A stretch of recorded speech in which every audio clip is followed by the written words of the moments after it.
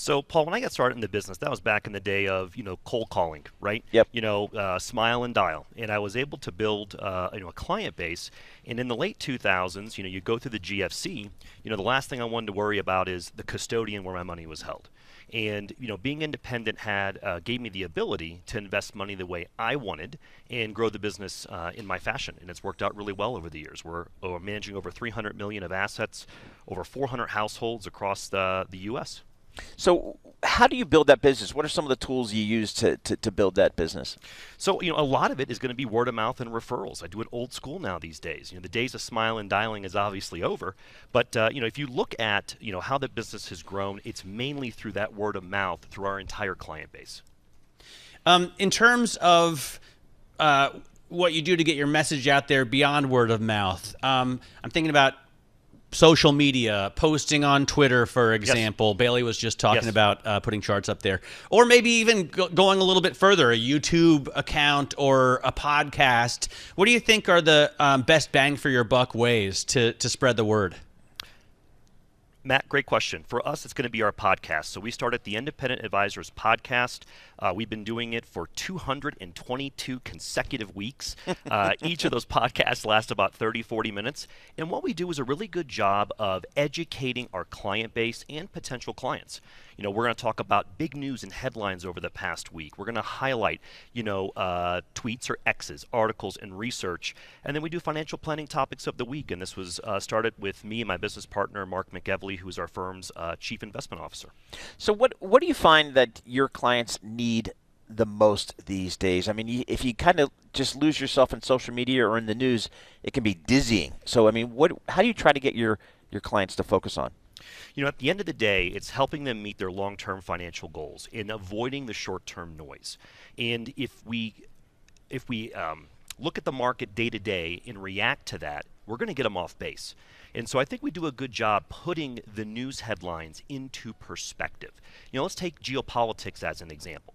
If an investor was waiting for the absence of geopolitics, they never own stocks. Right. And so I think we do a good job managing and balancing what they're seeing day to day in the markets, Paul, and managing that with their long-term goals. So how do they think? I mean, everybody's different. Everybody's got different goals here. When you start off the conversation, kind of where would you like to take them for most of these people? Is the 60-40 portfolios still the place to start, or is there a different place? For a lot of retirees, I think that's fine. I think that the 60-40, due to the way the market was in 2022, is getting a bad rap lately. Yep. We don't think it's dead.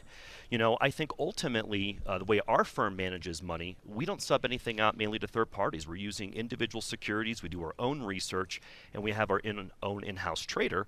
And right now, I know we're going to get to it in a little bit, we're overweight equities right now. We have a different contrarian view than Wall Street right now. Why?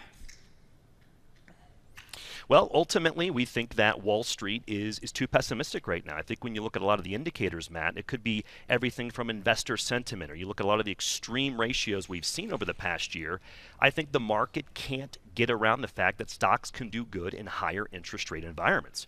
NYU did a great study that looked at 4 variables: rising rates, falling rates, rising interest rates falling, with inflation on the other 2 variables. And when you look at those and all those scenarios of falling interest rates and inflation, ultimately stocks only do bad in one of the 3, and that is going to be a rising inflationary environment. And ultimately, we are seeing inflation come down. It's not going to come down every month. We know that data point just recently, but we're making a lot of headway, and these Fed rate hikes take time to work themselves through the system. Yeah, fair enough. Hey, I want to know about your take on the long end of the curve here. I think a lot more people have been learning about it. Certainly, we've seen massive inflows to TLT, which is 20-year plus bond fund ETF, and one of the things that I think people are noticing is small moves in yield contribute to very big moves in principal on the long end. But a lot of your investors, a lot of your clients may be looking at, say, the 30-year at 4.75% and saying, I don't care about moves in the principal over the time because I'm going to hold this to maturity. Those rates look juicy. Are they going to look juicy when we look back in 10, 15 years? Well, Matt, I would kind of take the other side of it. Right now, we're on the short end of the curve because the big concern for us is ultimately, rates are going to come down, we feel, over the next couple of years. And what we're going to look for is a definitive move in consistency before we start locking in some of those longer-term rates. Now, I don't think I'm unique in that feeling ultimately, but I think at a certain point, owning individual bonds for our clients takes away a lot of the risk that you just mentioned, sir. All right, so Matthew, talk to us about some younger investors. How do you go out and try to attract younger investors? Because a lot of folks are just concerned that maybe they're not saving enough early enough. Maybe they're not, because they have a lot of challenges, whether it's student debt or other things. How do you approach some of the younger investors out there? Great question, Paul. So you and Matt were just talking about, presence on social media. If you look at these next generational investors, they're looking towards professionals that can guide them and provide that advice, but they want to connect on a personal level. I'm at a firm where I'm the oldest team member in my young 40s. So what's great is me and Mark have built up a great team that can sit down one-on-one with these younger investors who can relate to them, right, to their goals that they're dealing with. And so I think that's a good thing, is that ultimately we can relate on a one-to-one basis in multiple levels.